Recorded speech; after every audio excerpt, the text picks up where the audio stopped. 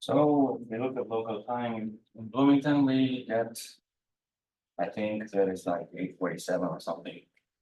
I'm gonna sign into Gmail as well.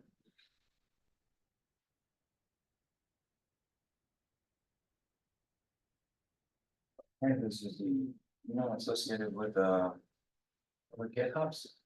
And I'm gonna say next, I messed it up, there's an extra E over there. And then the password, let's see if I remember it.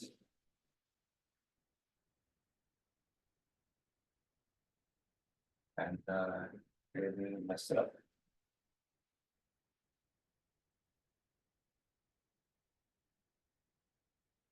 I now finally got to the current local time and I said 8:47, it was 8:46 at the time, and that means we are 2 minutes into the class and welcome everybody. We have 6 people, 2 of which are me. Who else do we have? We have Blake and Christina, we have Christian and Alisa. So I guess yeah, I had a question for today, but before that, no. So we have to go through the regular motions of making sure that people can hear me. So why don't you type a question in the chat? If you can hear me, type a short question, any kind of question in the chat. This will give me some confirmation that you can hear me. What do you call a nosy pepper? That's funny.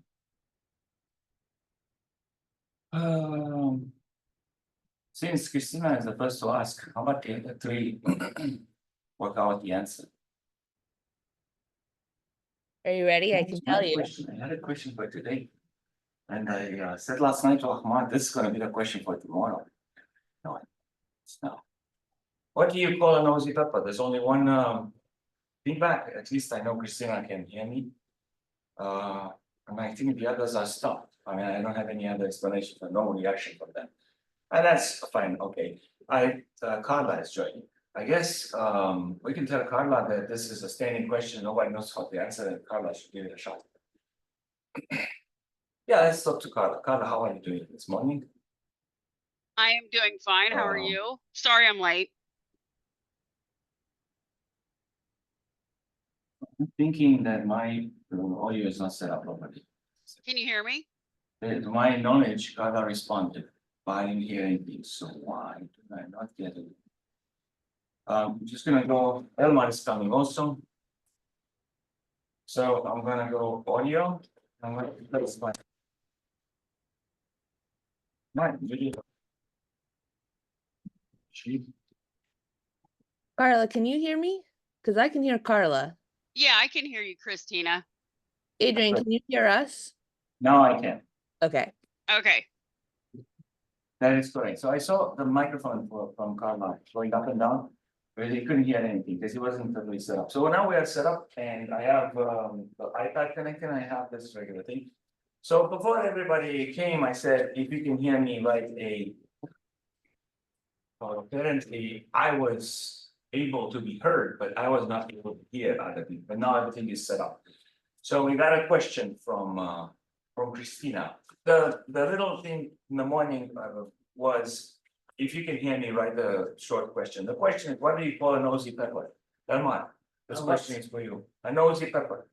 A nosy pepper. Yeah. I don't even know what is this pepper, like the spice or what? Okay, Elmar is stumped and also needs more information about pepper and nosy. Are you ready? What was that? I said, are you ready? I can tell you the answer. Are you ready, Elmar? Yeah, you can tell me because I. Yes, we are ready. Jalapeno business. Thank you. I think this is over my English skills. Well, I don't get the point. all, It's okay. all right, fine. Let me ask you a similar question of Elmar. What do you call cheese that doesn't belong to you? The cheese that doesn't belong to me. Not your cheese. Not your cheese, not your Uh-huh. cheese. Oh, So we worked out an understanding as to jalapeno. Your business, jalapeno, your business. Thank you very much for the great joke. okay, great. Yeah. Okay, well, Jokes are difficult thing for the languages. double one, right? Yes. We gotta practice. Yeah. I'm gonna close the chat, I'm gonna close the participants, but I'll take attendance or at least write down the names a little later. So yesterday, I'm gonna say this is the time, I'm gonna go to the website. That's good. Okay. So let's work this out. Elma, do you remember the answer to Nosy Pepper? Just say the words. Jalapeno. No, it was more than jalapeno business. Jalapeno business. No. At this point, Elma is refusing to think about why that is fine. So that's okay. We're going to C290 quantum. And now this is our class. We had one guest lecture yesterday and there are two more. If you click on 10, you get a video over here. You may have seen it, of course. I'm going to disconnect. There's some snapshots of what we were doing, and this is her talk. And then at some point, there's Elma here in the corner. Okay, Yeah, it's horrible. You just sent it me there. right here. See? You were explaining also she can hear you, but also see you, and so now everything is very obvious. Email chat, of course. Yeah, so next time we need to ask her what do you call a nosy pepper? And see how that works out. I'm going to say that I shouldn't have called to close that because we need to go into the lecture. So then if you guys saw what we have on the 10th, we look forward a week from yesterday to a new lecture. I'm gonna go on the what's new and I'm gonna say that next week we're gonna start entanglement-based protocols, and originally I would have wanted to start super dense coding. Who knows, we might still do it tomorrow. But nothing that we did so far is entanglement-based. Everything that we do from here on is entanglement-based. We know what entanglement is, we did create some Bell states. Super dense coding is the last time this class where we will be able to use Mr. State formalism without absolutely no coefficients, like a pure Mr. State formalism. And when it comes to quantum teleportation, we need to be sure that we can teleport any kind of states. We're not cloning them, so we're going to lose them. Whoever is teleporting will lose a state. But if I'm teleporting it to Elmar, Elmar will get my state, whatever my state is, and I lose my state. So that's the process. And I can't keep the state. If I teleport it, I actually lose it. There's a theorem called no cloning, which says that if you don't know the state, you can't in general recreate it and fill the world with copies of that thing. So in that spirit, you have to also say that some states could be cloned if you know them, like, for example, you can clearly prepare them again in the same state. Or if there are some specific states, it is possible to clone them, but in general, you can't. And then general covers all possible states, not particular cases. But still, it's important to know this. In some cases, you could, in principle, if the state is pain, so to speak. So quantum teleportation says, given a state, any state, you should be able to send it far away. And that's going to be what's called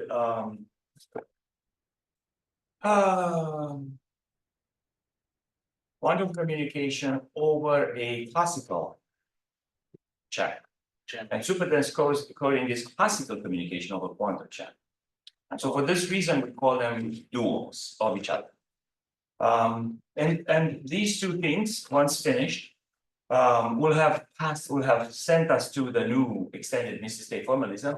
And then we do what I think would be called quantum telepathy, because it's a way for people to communicate using entanglement, but without necessarily knowing that they're communicating or controlling that communication very well. So the GAC game is a cleaner version of the CHSH game, which we will have to revisit because we have been shown it in the first week of classes with John McNally. And CHSH game is kind of like messy because it says you can win a game 85% two people, one pair of entangled qubits, the GAZ game says 3 entangled qubits, 3 people. And in the second case, you win 100% of the time. I said that I will need to go over these videos before next week, and this is because we have an industrial partner, Qubitech, which is small company that's extremely aggressive and powerful in quantum communications. This is essentially what I was hoping that we could come up with to demonstrate, let's say next year, perhaps at the PD week for the CSPD maybe, to emphasize that there are actual experiments that you could do in classroom to communicate these concepts in a way that you can then support those concepts with actual experimentations. Not in Qiskit, which is essentially a simulation, not in theory, which sometimes is enough, but oftentimes people say, but can I have a proof that this works in real life? So this is Qubitech saying we have several kits with which you can introduce quantum mechanics to people at all levels, but I think it's mainly university level. However, we're going to explore possibilities of actually creating simple teleportation experiments that could be shown to teachers of students who are in high school or maybe earlier. Yesterday's presentation was actually meaningful and also surprising. I have a book over here, which I cannot give you in PDF because I don't have it. I have 2 or 3 copies, hard copies, and I'm not sure exactly if the book is still available. It was published in 2009, I think, and about 4 years ago, I made a chapter by chapter summary of this book. It's the only book that I found that is about quantum mechanics, but has on the title, on the front page, clear indication from photons to quantum computers. So the purpose is to actually introduce the technology, rather than to just talk about the physics of it. Talk about physics, but then explain to me how it leads into technology. And that's what this book does. So if anybody had this book, I have the answers to all the exercises inside, and I guess that's it. At least I gave you a chapter by chapter summary of it. And John was asking yesterday in class, how is it possible for a photon to interact with itself? So I have this as a kind of joke. This is Indiana, amber waves of grain. I said, this is the wave particle duality. Grain is particle, wave is wave, right? But it is important to understand that even though our students, computer science students, basically should focus on being able to do stuff in collab with concepts that are from quantum mechanics, they're not supposed to learn physics because it's very messy and it leads in so many places that it could overwhelm them. So in that case, what are they supposed to do? I said many times, and I have papers and with other people in which we said that there should be an appreciation of quantum mechanics. For example, they should know that quantum particles, quantum objects, or whatever they are, photons, for example, are being generated as particles, but then they travel as a wave, and then they are detected as a particle with the probability distribution of a wave. And so this constant change of perspective is what confuses in general, let's say the physicists, because I mean, it doesn't confuse them anymore because they know how to calculate, but in the beginning, it was a little bit confusing. So let's see in the summary that I have over here. It says in the very beginning, it said Newton thought that light consists of point particles called corpuscles. I guess. Or hence, a contemporary of Newton thought that light is a wave. Not before Young did his diffraction experiments. The single and double slits was this dispute temporarily settled in favor of the wave theory of light. In fact, it took more than a century to realize that light is not a continuous wave, but in fact sometimes behaves in ways better described with the help of point particles. However, light particles, or photons, are unlike anything Newton ever dreamt of. They are massless, they have spin, and in a vacuum, they move at the highest possible speed allowed by physics. So I think at the foundation of this contradiction, in some sense, lies all the things that we are basically benefiting from at this stage. So then I'm going to go on to what's due, and I'm going to say that if you just want to focus on the things that you're supposed to do, you are supposed to do a notebook deliverable for this week, which will have this implementation of Grover Quantum.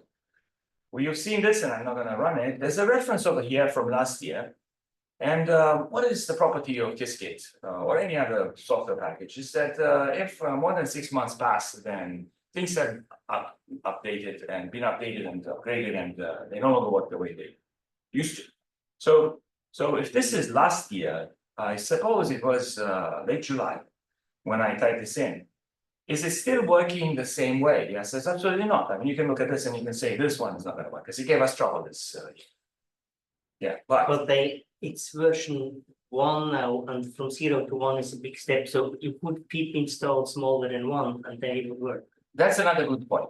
That if you knew what version I had at the time, you could then ask specifically for that version. And in general, the good thing about Python is that you can create virtual environments in which you can control every single little thing. So it's like, I do not understand the new phones, or I don't understand the new cars. So I can go back to my 1924 Franklin, which is in perfect condition, which I don't have, but pretend.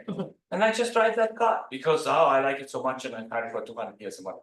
So that's exactly what he's saying. Install the right thing, and then it's going to work like then. But then there should be a reason for that. If I have a production system, I should stay with the version in which everything is stable for until we decide to move to a newer version. In this case, it's not a production environment. And if I stay in the past, chances are the new students and so on are going to say, what's going on with this guy? So we need to upgrade, as painful as this might be, and that's it. So Elmar did contribute to more than this. First of all, we know that even though this thing is actually creating problems here, we have found a way around it. I mean, we just looked into the documentation and upgraded it. Elmar came up with some other things. So I'm going to go into Colab, and I'm going to start with that, and then we're going to do the rover, and then we'll see how far we get today. And when I go into Colab, I'm going to create a new notebook, and I'm going to call it in class July 11.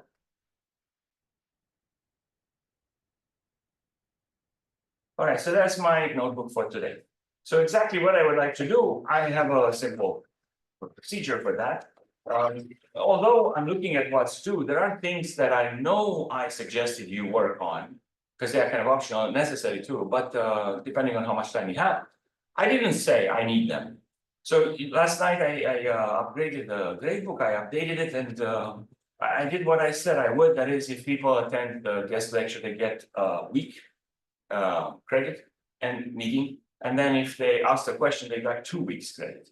And then we'll continue to do. I will continue to do that, and so you don't have to have meetings with me if you end up with 6 weeks credit in the gradebook by say next Wednesday, or if you just have that from attending without asking questions, that's totally fine.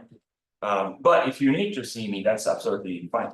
And I will meet with you. So on the class notes and the office hours, my upcoming appointments are going to be 12 o'clock today with Ashish, and then Carla at 2 o'clock on Friday.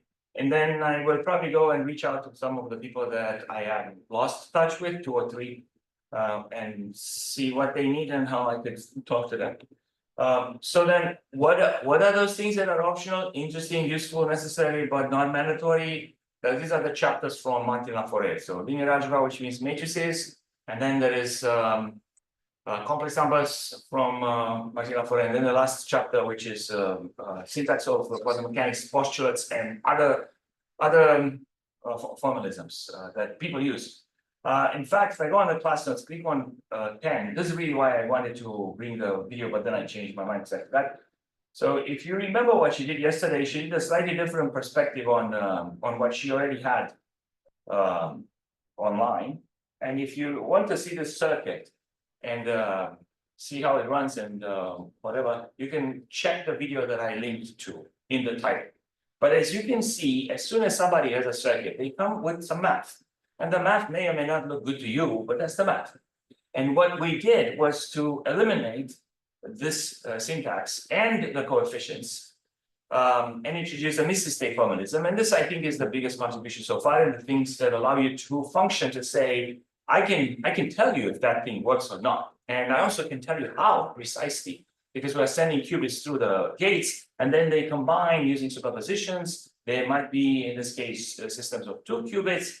And they may have phase, and we have rules for how to apply the phase on a superposition or on a string of qubits. And it's just simple pre-algebra kind of manipulation of symbols that look like on an abacus. So look, this is the kind of stuff that you have to do to prove that what you just thought is in fact working. In addition to running it on the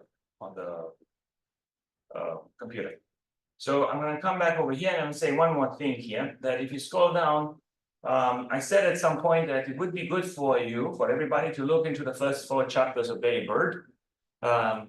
So pay attention, just skim them. It's okay if you spend 10 minutes every day to see if you can figure out what exactly is in there. And the same thing for the first 3 chapters of Tommy Wong. Helmut gave us this resource for complex numbers. In the past, I used Brilliant. I'm not sure if the resource responds right now. Oh, that's the Khan Academy, so they're really good. And that's basically it. So I take on 11 now because I prepared something that I wanted to be guided by today. And we've seen this before. I said, let's just talk again about this particular problem. So I saw that this picture is in there. That's right, exactly. That's a right picture. So you look at this, and there are 5 circuits. All right, the 5 circuits are this one here. And then the other 4 circuits are marked A, B, C, D. And the reason I put them over here because he contributed to a simplification of how to produce the matrix. So I showed you how to generate the matrix maybe 2 days ago. If you say, I don't know where you did that, let me just ask 9. And you can click and you can see this is how I did it at the time. So control, okay, so I have 7 participants. And that's very good.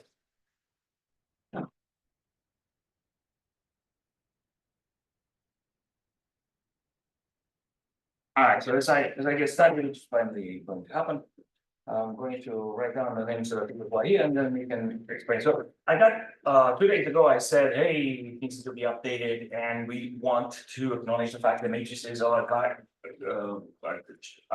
controlling and defining all transitions through the circuits. Therefore, here's how you could do what I used to do, but no longer, and now we can again.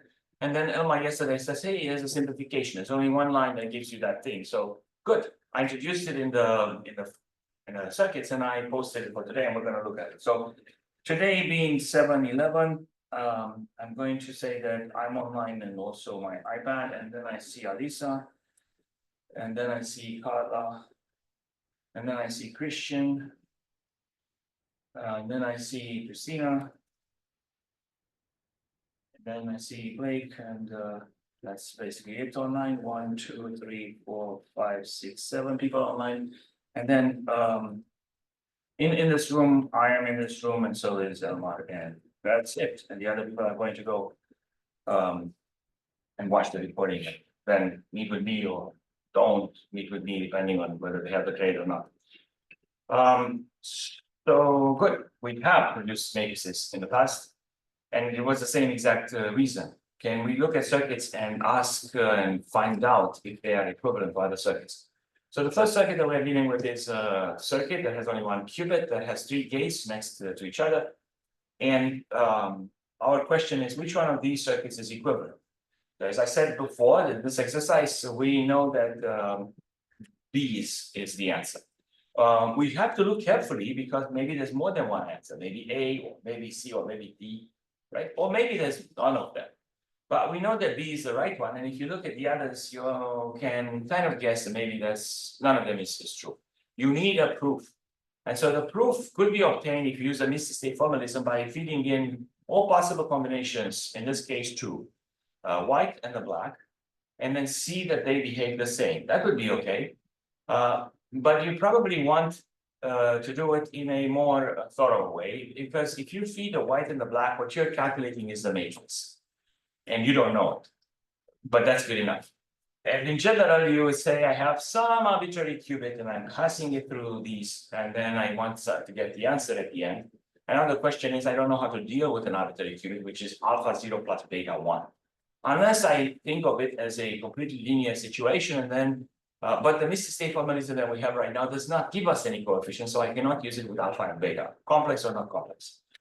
So I have to say that all the purpose of this class is to introduce a formalism that simplifies things, and then, write it as much as we can until it needs to be extended, and keep pushing until you get to the actual math. And now it's time for us to start acknowledging the portions of the actual math. So for example, matrices. Behind every single gate, there's a unitary matrix. So if I wanted to say if Z has a matrix, how do I know what it is? The answer is very clear. On the C290 quantum, we set up on the what's new a link to all the matrices. Right here, I said matrices for gates. And if you click on it, and this is a simple thing, like for example, hey, C has this particular matrix. Oh, that's nice. What do you think the Y has? The Y is the identity matrix. So there you go. That's the 1001. And X is the 0110, just because you remember. But then even here, okay, and definitely here, your question is, what's the big matrix that represents all of it? And so this is a question that I really want us answer, not today, but I want you to think about. So I'm going to ask Elma, for example.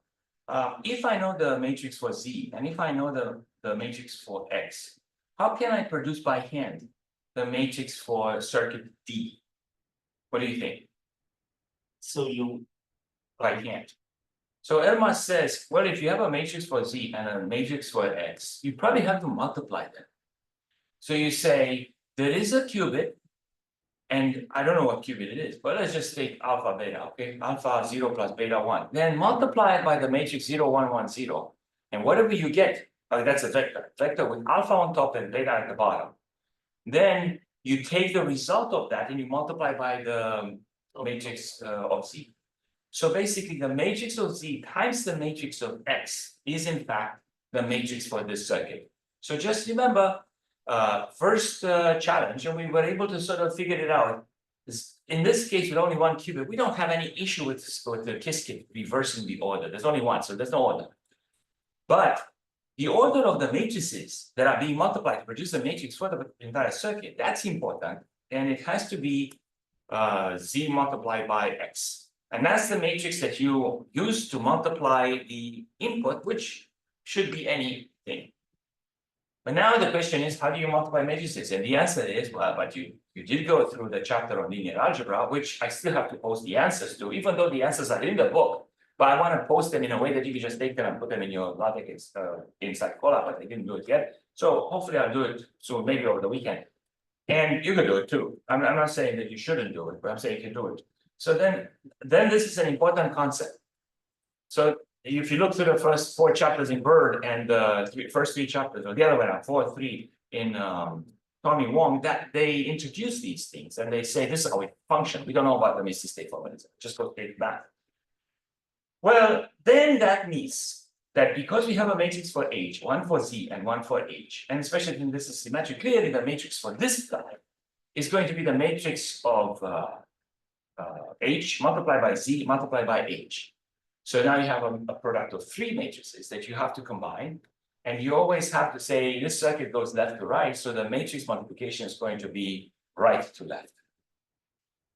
So that the first matrix is the one that multiplies the input first. Okay, and then having said this, we can bypass. Sorry, I have a question. Go ahead. I'm confused about why the matrix is backwards from the gate. Like when you do the multiplication. So let's take B. Do you want to take B?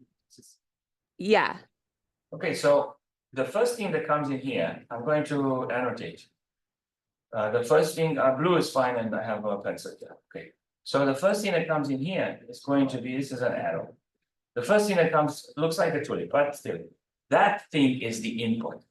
So when this guy is acting on it, you have to say multiply X by the input, whatever the input is. I think we're going to mark it as alpha beta.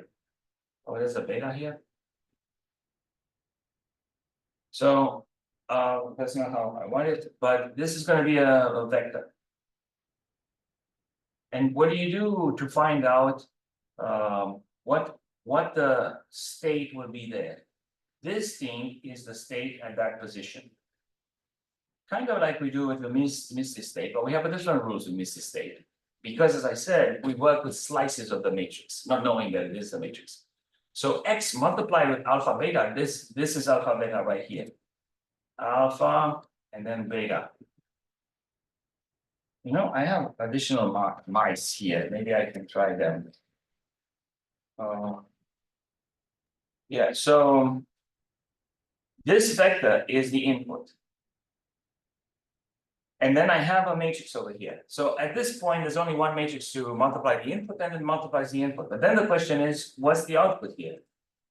And you have to ask yourself, what do I put in the input of that matrix? That's the input of that matrix. So in front, after I get that, I multiply by z, which means that right here, the answer is zx times whatever the input was. All right, now look at the order in which we multiply them. See, z multiplied to x, so go backwards. Because if you go backwards, then right here to the right, you're going to have the input. This is where the input is. So here it doesn't look very good because it's symmetric, but essentially I would say I take this guy here, whatever the matrix is, it's an H or written in a weird way. And I say it will be multiplied with alpha beta. That's good because this answer is going to be in between here. And then clear from here on, I would put a Z in front, that's a Z, and then I put another H in front. So the matrix for all this guy is going to be the entire thing is going to be HZH, but then read this way. So for this particular example, we don't have more than one situation that has two matrices. And I used everything I had in this example to emphasize one more time that the matrix for the last circuit is going to be Zx. All right, so at this point, I kind of rest my case for a little bit and ask Christina, what do you think? That makes sense. Thank you. Okay, so here's what I'm going to do. Now I'm going to show you what's going on here, and I'm going to close this, but I shouldn't have because I need to erase. So remember that we read right to left, and then we multiply in that order for a circuit that basically sends the qubits left to right. As I said to you before, unless we are dealing with photons, all the qubits are staying where they are. And we basically say the first X gate is a bunch of signals going in, microwaves, and I'm not sure what else. And then the state has changed. Now you send information about Z. So you cook that thing in place in slices. First, you cook the X of it, then you cook the Z of what the answer was. And since the input is always here, so to speak, where's the thing? The input is here. This is where the input comes. Then you, whatever that is, it's not a black dot, but X multiplies that, and then Z multiplies the answer. So I'm going to go back to the annotation, I think. Oh man, come on. Click this one and then erase this. Otherwise, you would have stayed there on the screen as I move up and down. And now I'm going to say, get rid of the annotation. I'm not sure if anybody sees online, but no. So now, which one of the circuits are equivalent to the one at the top? And the answer will be B. But maybe some of the others are listed. So if you want to follow along, I guess we can type this, but I can just read to you. So I say pip install Qiskit, meaning I will use a free version of Colab, so I will install it every time I need to install it, lasts for a while, and if I am not active, then it's going to deactivate itself. I import Qiskit. I import the part that's going to render matrices and state function, wave functions. Then I import the quantum circuit, and then this is Elma's contribution. From Qiskit quantum info, I import operator, which later is going to be in one line, the matrix. Good, so we love this very much. For the first time, we are now going to work with procedures. I think I did this once, but we should do it more often. So now I guess I'm right here and click here. And now I'm going to say I'm going to follow along, and I'm going to type in the notebook what I have here as a picture, and verify that this is in fact exactly as we are saying. So now let me see, control minus to make this smaller, and I'm going to type exactly what I see on the left. So exclamation mark hit install Qiskit. And now let's ask Elma. So how do you suppress the thing? You put percent where? percent chapter. Percent, and then what? Chapter. CAPTU. CHA? ACAPTURE. Chapter. Oh, capture. And then that's it. and then new line pip install. I'm gonna hit enter. So Elma says, if you do this, you're not gonna get any output. So let's hope so. And we don't have to delete the output. Okay, if you don't get the output, then we don't know what happened. Okay, Yes, so it's all right. It's a trade-off that but you you, can know it should exactly, work. exactly. And So- you can always take it out and then you see. That's exactly right. So that's one possibility, and if you like it, that's totally fine. And if you don't like it, then you take the capture out and you are going to have the output and you can delete that thing. So that works perfectly well. If I take the capture out, then it's gonna say, oh, but you have it, you have it, you have it, you have it. Okay, and so it's up to you. I mean, let's say that I'm insecure, need to see what the output is, then I always do this. But say I'm busy, I don't have time to delete all these outputs, I know precisely it's gonna work, will go well, then I can do the capture thing.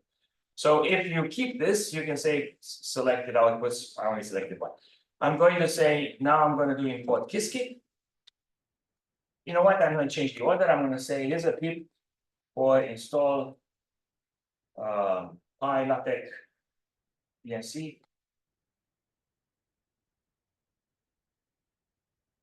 That has the exact same thing, and also mine not typing properly. And then I'm going to import Qiskit and the thing that I just installed. I'm going to import quantum circuit and the operator, and then I'm going to define my first circuit. So the circuit is a function which essentially says, I want to select output to delete. So I'm going to say import Qiskit. And then this thing that I just installed, come on. Then on the next line, I'm going to say from Qiskit. Okay, from Qiskit, I'm going to say import quantum circuit, and I'm going to use quantum circuit in procedures. And then from Qiskit, quantum info. Import, yeah, well, okay, I forgot to hit enter, but now I am. Qiskit quantum info, I'm going to import operator. So then I say, that's good enough for me. I may have errors, I'll find out. If I don't have errors, everything is good. It looks like everything is fine. So I'm going to define the circuit, and I define 5 procedures. One is called circuit, is the thing that we are here for, and then A, B, C, D, which one of these is the same? So I say, I call this circuit, that's totally fine. It's a function that has no arguments because it creates a specific circuit and there's no other variation. And I say Q, a variable that's local to circuit. When I saw in every function, I'm going to use Q as my local variable. I'm going to say Qiskit quantum circuit. How many bits am I going to have? Qubits, and it's going to be only 1. So it's this one I'm going to put on H. I'm going to put a Hadamard gate on the only line of the circuit, and I'm going to put a Z on 0 because 0 is the only one available, and then I'm going to put here Q H 0, and now I say on 0, that's the third one. Please return the circuit that you just built. Now at the same time, I could say run this, and that's totally fine. If I say show me Q says this is inexistent. Why? Because what I need to do right now is to call circuit. Except circuit creates a circuit, and it says that's an object, it's of circuit, but I don't have a name for it. So what I'm going to do right now is I'm going to say, let me run circuit, and once it comes to me, let me draw it with the output being macroly. So then this says the circuit function output.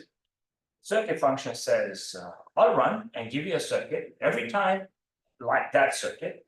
And if you want me to draw it, I'll draw it, and this looks as it is. So Elma's procedure is go from operator and ask to produce the matrix of the circuit. Now the thing is, what circuit am I dealing with? And as I said to you before, it's not the same circuit. It's a new circuit just like that. The way I run the function, I get a new circuit every time, but they're all the same. So I could also put, so A, I guess given equals circuit, and then I use given on constantly as the only circuit. It doesn't make any difference. I'm going to say, since I have this, I'm going to say draw, and the output is going to be like in any paper, LaTeX. So what am I looking for? I want to see the operator, that means the matrix, the equivalent to the whole thing. And so when I do this, I produce a matrix that is this. You can tell that this is the matrix of X. Therefore, the answer that we call B in our example, this one here, B is the answer. So I went through this part and I installed Qiskit and the other thing, plus I got what I needed and created a function for the circuit. I drew it and then I got the matrix and I say that's the matrix that we need to match. Now we can calculate H times Z times H and carefully by hand or otherwise with NumPy or with Wolfram Alpha. So I'm going to go to Wolfram Alpha for this. But if I do it here, I'm not going to convince you that I implemented a multiplication Z multiplied by H and the result by H, because it could be the other way around. This is completely symmetric. So what I get out of this is that this is giving me the 2x2 matrix that represents X. So I'm going to come here and say, this is my conclusion after this picture. That's the matrix that we need to match. Great. Now what? Well, I need to repeat this with every circuit. So the first one is Z, and I'm not going to do it because it's very simple, but it's a good idea to consider it on account that this way you can generate the matrices for any gate that you have seen. Any gate that you see over here, we're talking first the individual 1 qubit gates. You could just create functions. Like in this case, I get a function called A. I create Q to be a circuit of 1 qubit. I put Z on that line and return Q, draw it, and then I ask for the operator and it gives me this. And this is indeed the matrix of Z, 1, 0, 0, negative 1. As you can tell over here, this is not the matrix of 0. Therefore, this is not equivalent. If I do B, I put X. X is exactly as I told you, and we have this, and sure enough, it's exactly that. But we knew that from the diagram that we used to prove in the very beginning when we first learned the matrix, the Mrs. A formula. So we see that B is equivalent while A is not. And now we need to ask maybe another one of those gates is relevant. C is also not that interesting, but it's meaningful because it shows up. Do they have it here? No. So clearly, because it's such a simple thing, the gate that is the gate that is the identity is not marked here anyway. That's fine. I mean, who would take time to say the wire is basically this? I would say, sure, of course it is. So now I'm going to say, what was my main question? This is an important question because slowly, whether you like matrices or not, you have to know about them. And whether you can calculate efficiently by hand matrices, you still have to know what you should be doing and then pass that information to a computer to verify your calculation by hand or to just get the answer without having to do it by hand. So in this case, I say this guy is completely identity matrix. Great, because it looks like the identity matrix over here. Here's B, which only has, here's C, which has nothing. I put some barriers to indicate that it starts, there's nothing, and then barrier is just a line. So, but I took them out after that. So you don't think that the barrier does something. So here's just a line. And what's the matrix? This one. So I'm done with A, B, C. B is the right answer. We kind of know it. A and C are not. Let's talk about D because D was the fundamental one. So in the D one, I'm going to say D, where are you? Right here, I guess. I'm going to Control Alt Shift H, get rid of this one so I can type. Let me do this. I will now produce a function called D. And inside D, I'm going to say, let Q be whatever Qiskit gives me when I start creating a quantum circuit of 1 line. Good, then what can I do? I'm going to return Q. That's the purpose here. If I run this, D is the same as C. And of course, I have to do circuit draw output NPL. So I can do that here, except I'm not doing circuit. I'm doing this is D, right? So D, that's my circuit. Hey, you need to be showing yourself. Great, but what's my output? Matplotlib. And now, if I run this, what do I get? 1 wire. Great, because I'm not going to leave it at a wire. So now I'm doing the thing that it will enhance my understanding of what I said earlier, or confirm it, so to speak, right? I'm going to put an X. So Q, because that's my internal variable for that. Put a 0, put an X, and then put a Z, Q.Z, also on 0, because there's nothing else available here. And when I run this, this is the circuit. Then I take the line that Elma provided last night, and I'm going to put it over here. And I say, what's the answer here? And the answer for this one qubit is 0110. And now I'm going No, to, it's not, because you have circuit, you don't call D. that's all, of course, I copied circuit and it's absolutely bad. So instead, I'm gonna call D here. That's very good. The answer was X, right? But that's circuit. So this one has a different thing. It's DT now. Hang on, let me get rid of T. So a run operator from circuit on what circuit? D, not circuit. And then the answer is a matrix which draw is going to produce. So what we get is a matrix that is 0, 1, negative 1, 0. And what I'm going to do right now, I'm going to say, do we remember X? 0, 1, 1, 0. Do we remember Z? Well, Z is also defined here, wherever you want to. It's 1, 0, 0, negative 1. Okay. So what I'm going to do is I'm going to go to Wolfram alpha. And now I'm going to stretch you out, because I'm going to come back here and I'm going to say I'd like to multiply two matrices. So I'll take two matrices, like for example, 1, 2, comma, 3, 4, and I'm going to. This is a matrix, so I hit enter and I say, do you look like a matrix to me or what? This should be a matrix like 1, 2, 3, 4. That's great, because I'm going to multiply this by something. How about 2, negative 1, negative 1, 2? Why would they even suggest that? But I'm going to say 0, 1, and then comma 1, 1. Okay, so now I'm going to ask people to tell me if they can predict the output. Right, so it doesn't matter if you can, but the point here is if at least one person can predict the output, then we know it can be done. So I'm more than happy to be that person. Other people can do it too. 2 So- and Yeah. or 2 plus Mhm.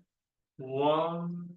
Elman is calculating out loud, and he goes like this: 1, 2 times 0, 1, 2 vectors. You do the dot product, and it's going to be 1, 0 times 2, 1 in the top left corner, Seattle 2. In the California, right, like lower left, you get 3 times 0, 4. So this is 2, and then 4, and now you have 1 plus 2 is 3, and then 3 times 7 at the bottom. Right? That's what we have over here. Okay, so you get these numbers the way I just explained, and you say, well, I couldn't follow that. No problem, because you can take the rules and then slowly take any amount of time that you need, and this is a multiplication. So what I'm going to do is essentially take, I'm not sure where I was, maybe, oh, it's in the back. I would like to multiply Z with X and then multiply X with Z. And if I have any luck, I will find that one is what I want and the other one isn't. You know, if this is a case where the two matrices actually commute, darn, I cannot make my point. Because if XZ is the same as ZX, then again, I can't make my point. But if XZ, which in general, matrix is not, multiplication is not commutative. So if XZ is one answer and ZX a different answer, only one of them should be the answer that we are looking for, which is 0, 1, negative 1. So first, let's try Z times X. And now what is Z? So you can actually multiply directly with the operators. So 1, 0, 0, negative 1. This is Z, 1, 0, 0, negative 1, right? This is Z. And I don't want to type incorrectly. So Z is 1, 0, 0, negative 1. So if I type this, which is good only in the first term, this is Z, okay? Now the second one is supposed to be X, which I can mark, it's really close to X. This is Z times X. And the answer is 0, 1, negative 1, 0. So where are we? That's what we obtained. If you multiply Z with X in that order, then you get this matrix, which is right, which is what I said in the beginning. Now we have to do, instead of ZX, we're going to do XZ. Let's say I want to be sure that if I multiply in one way, I get the right answer. If I multiply the other way, I don't get the right answer. In principle, if I multiply the wrong way, I usually don't get the right answer. Once in a while, I might get two matrices that commute. So I don't know, a matrix and its inverse, they will always commute, right? I mean, it's just a trivial case. So now I'm going to say I would like to do the opposite. This here was what? Z, right? And I put this Z here. And then the other one is X. So can you do this by hand? Doesn't matter. As long as you type it in correctly in something, I can go from how far. This here is X times Z. Okay, now the answer originally was for Z times X, 0, 1, negative 1, 0. So let's see what the reverse multiplication will give us. It's giving us a different matrix. Right? The negative 1 was in California. Now it's in Maine. 0, negative 1, 1, 0. It's just not east as opposed to southwest. So this is not proof, but gives you the evidence that you really have to multiply the matrices the right order. The right order is backwards because when you write them, in this case, back to where we were, I have to multiply Z by X because X is the one that starts multiplying the input. So really you multiply X with the input and then Z with that. And if you don't have the input, you can multiply the matrices to get the combined matrix. So matrix multiplication is generally not commutative, but it is associative, which means that it's okay for you to do ZX to prepare the final total matrix and then apply that to the input, but you cannot change the order. Like if you do XZ, it's not the same matrix. You know, this is a big deal right now, but there's a bigger deal that is just about to come and bite us.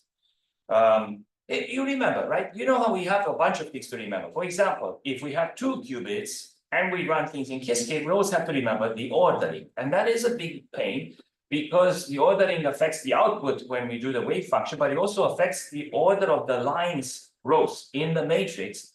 So you really have to be careful. My solution to this is if you work something out by hand, you put a circuit on your iPad, for example, and then after you finish calculating, to type it into Qiskit, just reflect the circuit. So just reflect it, and then you get the same answer, the exact same answer. Just reflect it by meaning instead of Q0, Q1, Q2, Q3, Q4, whatever you have, start with Q4, Q3, Q2, Q0, and if you reflect it, out comes the right ordering that you did on paper.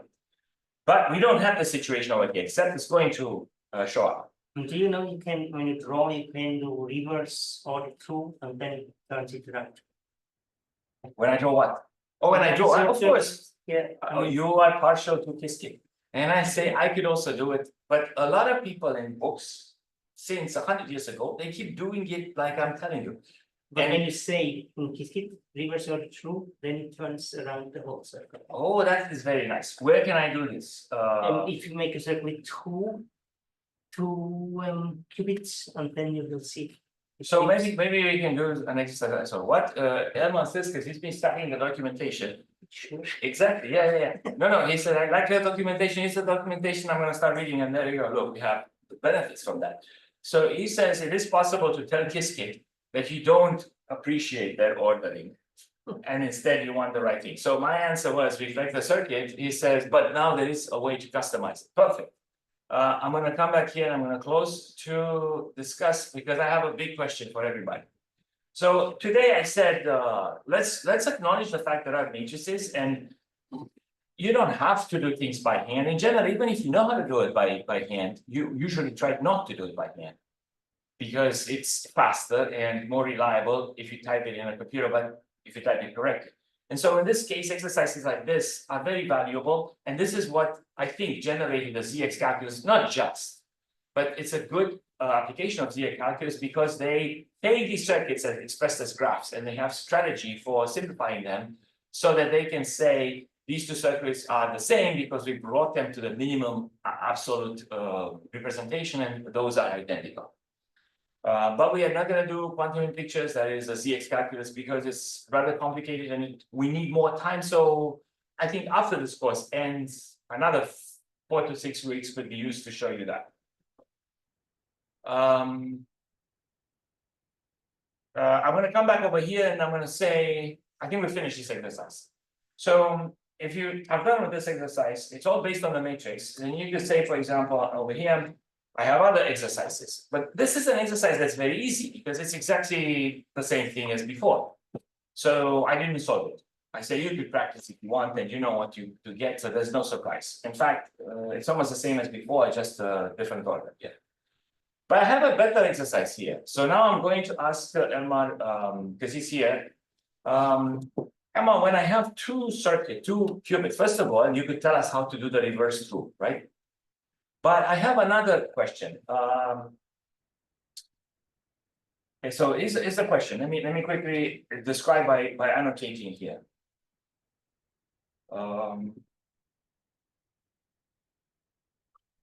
Annotate with this note, with this pencil and blue, I suppose is okay. No, I need laser. So I'm just gonna go pencil and I'm gonna go with black now. Okay, so here's the question that I have. By start with the thing that we just described. If I have only one qubit and there is a matrix over here called A, that's just a gate, but I don't know what gate, so I just write A, some gate, right? Which is a matrix. And then there is another gate over here, and that's called B. So this could be X or C or H. And I come back over here, and people say, what's the matrix for this circuit? And clearly the matrix is going to be B times A. This is what we just discussed, right? Should you try A times B? No. And what exactly are we trying to explain over here? First of all, we emphasize that matrix multiplication is associative, which means that without the input, I can still multiply the matrices and get what I need for the entire circuit. And second, don't do it backwards, because usually matrix multiplication is not commutative. So that part is good. Now we're dealing with more complicated stuff. So I'm going to say there's a matrix over here, A. That's the same matrix. So first question for MR, I mean anybody, but since you're here, what's the dimension of this matrix? 1 qubit. It's 2 by 2. That is correct, 2 by 2. And I put this thing here, but you know how I'm not putting them in sequence. I'm putting them next to each other. So it's a Kronecker product. Exactly. So he said Kronecker product. Kronecker is famous for saying God created the integers. All the rest is man's work. But with those integers, it's not like a little thing. I mean, because so much stuff came out of that. We're now looking for what's the matrix for this thing? What is the matrix for this? So it's a 2 by 4. That is 4 by 4. 4 by 4. Exactly, 4 by 4. Yeah, okay. But how do we do it? Okay, so now we have two issues. First of all, what's the order? And it could be one of two. The order on the left with the arrow going up is the Kiskit order by default, which Elmar says we can change now. And the other order is what people have been doing on paper, whatever. And then how do we build this matrix? And I have an idea. So because we were told that this is the Kronecker product, I'm going to Control Shift H and just know the rule for this. And then you could either do it by hand or you could ask Kiskit to do it for you. And now I'm going to say, let's say Kronecker product, just give me stuff. So when I go here, this is the same thing as tensor product. And if I scroll down, two matrices, A and B, which are basically going to be combined like this, are going to be as follows. A, which is made out of little a's, is going to be a matrix of m lines and n columns. And B, which is made of little b's and has p rows and q columns, will now appear everywhere in A, multiplied at every single position by the coefficient that appears in A and that location. So then that's why this becomes a matrix that if it is 2, 2 by 2, 2, then it becomes 4 by 4. So then I'm now saying, here's an example of these matrix. That's A for us, multiplying B. Then you put this matrix 0, 5, 6, 7 everywhere, except in front of it, you put 1, 2, 3, and 4 as it was. Then you make sure you don't lose track of where everything is. And even though these lines are here to actually help you out to keep the numbers in order, they don't exist. The net result is this matrix. That's harder, easy, but harder. Easy to understand, harder to calculate, which means that it would be really good for Kiskit to do it for us. So then I'm going to say that the answer here, in terms of what I just asked you, is going to be A times, that's Kronecker product. So I need to get a circle out of this. Okay, let's say this is a circle. B. And remember, there's an issue here with the ordering, and A times B is not B times A. And so you gotta really be careful with what you're asking, so that when you're getting it, you don't feel that it's wrong because it doesn't match what you have, because you didn't pay attention to the ordering. That's why if we can do the ordering reverse true, then it's gonna simplify our work completely. So I have the following simple question. If I have this, if A is X, and this is a plane wire, what is the matrix of the resulting circuit? So you have the identity in the second wire, so it's A times the identity, which is A. X times identity is going to be But you have to do the graph.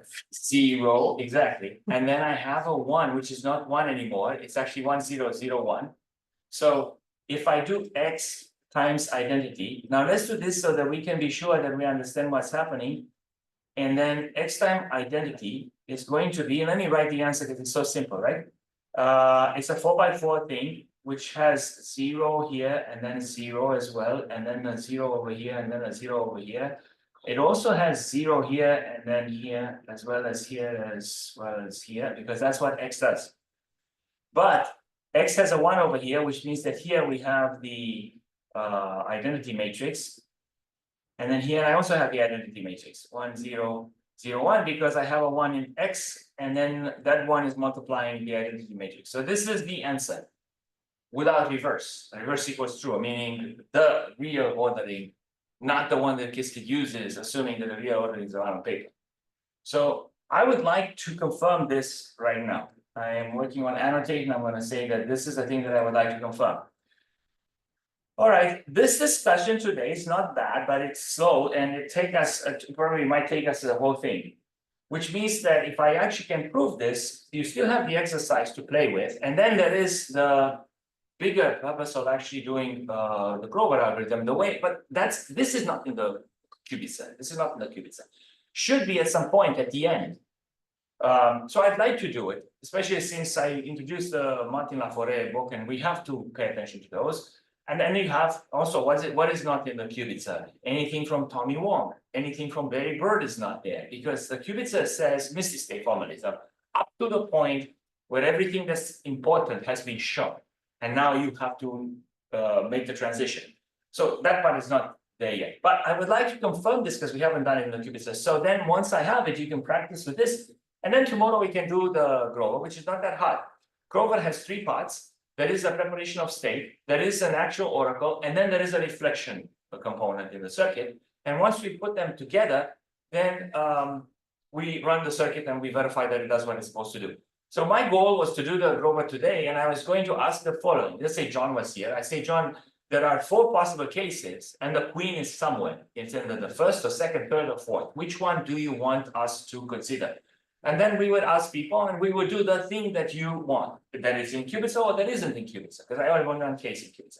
And then we will trace everything with Misty state and say, there you go. You are good at calculating, and you have just proved that this is doing it. But I'd like to do the X times 1 times I. Now, so even this I might not finish. And if so, come on. Then I will post like I did for today. So I am going to erase this with this eraser.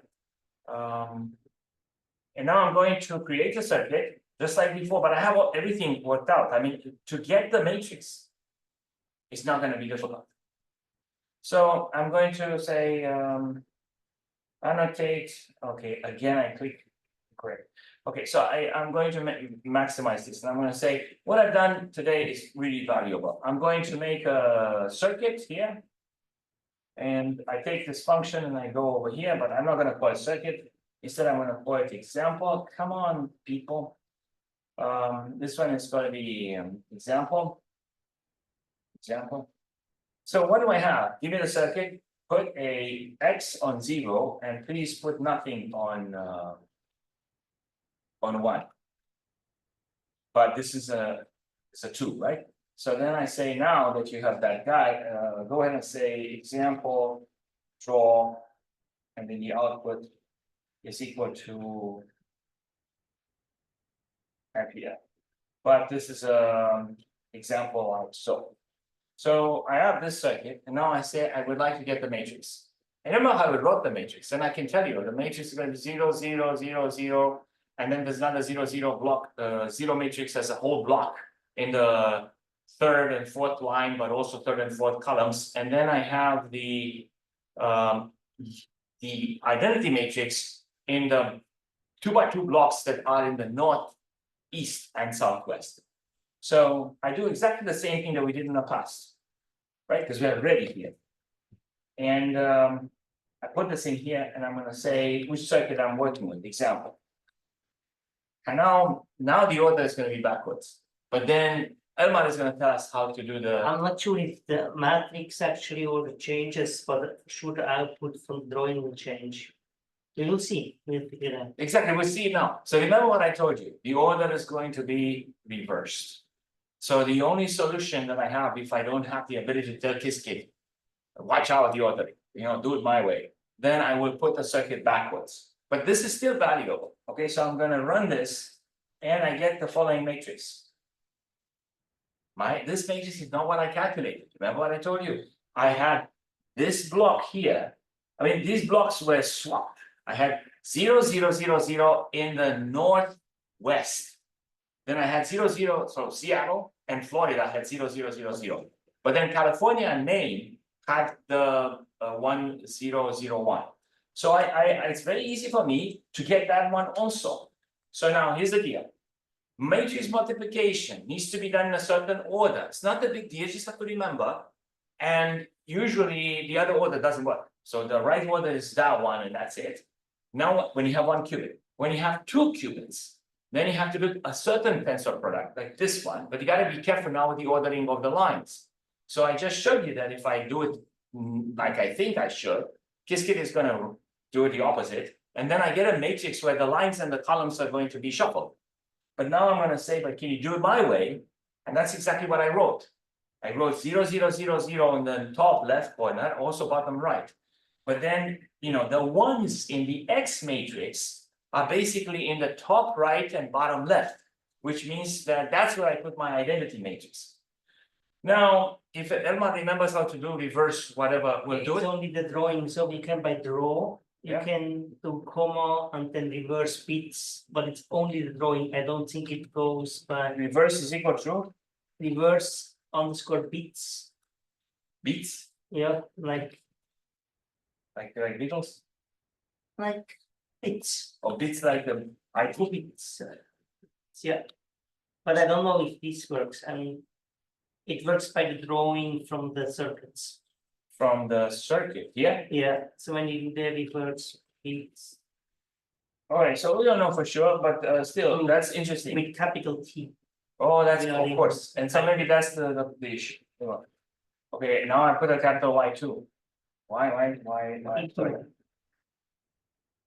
And I don't know X, if it goes by the mark. I reversed it, and now let's see if this one is doing everything. But now if I reverse the reverse, and I It only goes by the drawing. backwards, yeah. So, but I have a draw, except not for latte. Yeah, can you take the LaTeX out? Actually, it might be because then it gives you back the non-pi array. When just the output. I see, but I want latte, but that's okay what you're saying. If I get the matrix, yeah. So So if you if- guys like this, there's the answer, right? But in latte it looks better. But you say, hey, this is ASCII. Right, so I like this better. So Okay, yeah, um, whatever.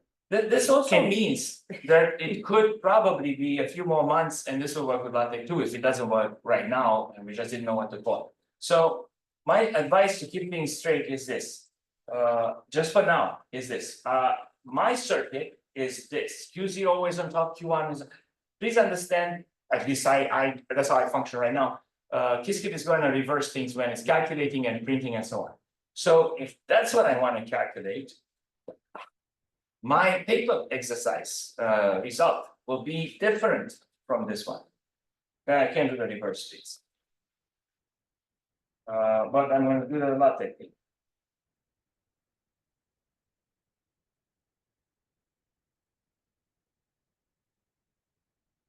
and I get this. So this is the matrix of my calculation with X on top. That's basically the simplest way in which, without knowing what reverse fits does. At this point, I really don't know, but it seems like it does work when you plot the circuit, but it doesn't seem to be working out of the box or whatever, when you do the Latin. But if that's what it is, ignore the reverse fits for a while. I'm gonna say that this circuit is the reflection of the circuit that I worked on paper. My answer on paper should match the answer of this circuit from Qiskit. And so reflection of the circuit gives you the same answer that you had in the regular one. So then that's the example, and this is, I'm going to post this notebook, and this is a Kronecker product, and that is really the explanation as to what's happening when you are dealing with more than one qubit. So then that means that I don't solve this exercise either, because it's an exercise that essentially has it takes me some time, but you understand now what it means for a pair of wires, to come each with its own matrix, and nothing means still a matrix, it's the identity matrix, and then produce a tensor product. And then in the end, you basically have our superpositions like of 2 bits, like we do with a curly brace and individual qubits. And that's basically the net result of applying the matrix that's 4 by 4. For example, here we will have a matrix. So how do you calculate the matrix of this circuit? You say identity tensor product with H, that gives you a 4 by 4 matrix, times the, you don't do it this way. So you don't multiply this without back. Remember, the way to multiply is backwards. So you say identity tensor product with H, multiply by the C0 matrix, which is 4 by 4, multiply by the tensor of the identity with H. And so you're just working with bigger matrices that you created from the tensor Kronecker product, and then you multiply them in the same way that we should multiply them right to left in the case of 1 qubit, because at that point the input is one thing, but it's an actual string of 2 qubits, and the matrices are big, 4 by 4, and they work on 2 qubits at a time. So if that's what it is, then you can think about it, but you can essentially work, as we showed you before, on individual lines if you want, and then factor if it's possible. If it's entangled, you cannot factor. And in this case, the best thing to do to prove or disprove the equivalent is to calculate the matrix. And if you understand how the matrix should be calculated, that's probably enough. You should then ask somebody to do the matrix for you. If you want to simulate the hand calculation of matrices, you can use Wolfram Alpha or NumPy, and whichever has a better interface. I like Wolfram Alpha more because it prints the matrices in human form, whereas NumPy, it gives us what we just saw, and it's difficult to identify exactly what they are. But you can write a program that calculates and then prints properly and so on. So better yet is to actually ask Qiskit to do the thing for you, and you get a matrix. But now you have to worry a little bit about the ordering of the qubits. So I say, if I have to calculate this matrix by hand, and I want to prove that Qiskit does the same thing, in Qiskit I put the reflected circuit, and I should get the same exact matrix. And that's the discussion over here. Now I'm going to come back to what's due, and I'm going to say, we're finished with this topic. It's important, and it opens up the idea that matrices are there and you have to be literate about them, not necessarily articulate in the sense of actually calculating. But if I go on the what's to which I think I clicked, but it doesn't want to participate.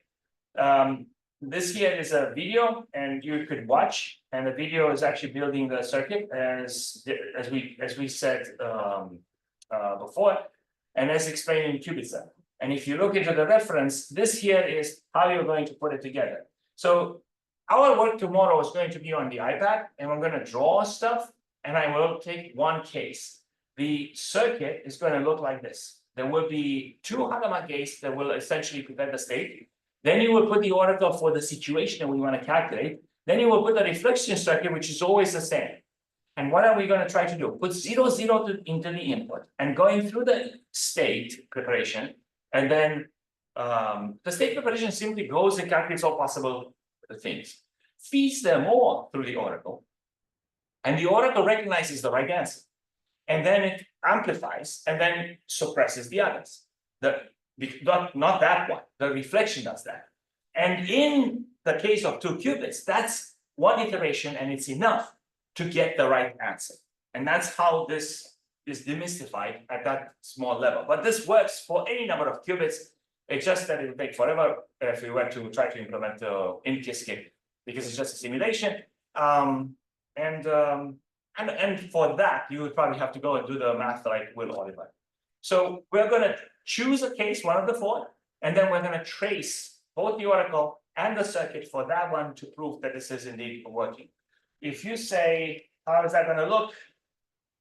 It would be something like this. Okay, we can do the thing in, we can do the thing that we have in Cubicsa, or we can do one of the other three cases. It's up to you. That I didn't want to do office hours. I want to do syllabus, and then I go into Cubicsa, which is like somewhere here. And with this, we're going to stop. So if I go over here, we are now at global search algorithm, but we did a few things that were not in there. We also had a guest lecture, and that was, I think, very meaningful. So after we review one more time very quickly what the four oracles are, I'm going to ask you which one of the four cases do you want to take, and you choose. If you choose this one, then this is the oracle for 1-1. We can do this one because it's in the book, and then we can check. We can do another one. And so that's the kind of calculation that you would have to go through. But an hour is enough for this. We can go very slowly. And it says, here's a homework assignment, trace all the other three cases. So I'd like to do tomorrow either this one or one of the other three cases, whichever you guys choose. And that's basically the end of today. Any questions before we stop recording and disconnect?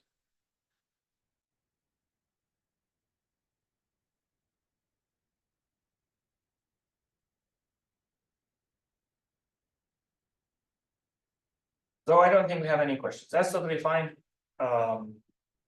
Significant introduction today to matrices and calculations and multiplication and Kronecker product. And we'll do Grover tomorrow, trace it. We're going to do from next week entanglement-based protocol, superdesk coding, then teleportation. In between, there's a guest lecture, and there's also a moment when we have to extend the Mr. State formalism to allow us to produce to use amplitudes. Those things exist in the book here. So if you want to do superdesk coding, it doesn't need any amplitudes, and it's in here right before Grover.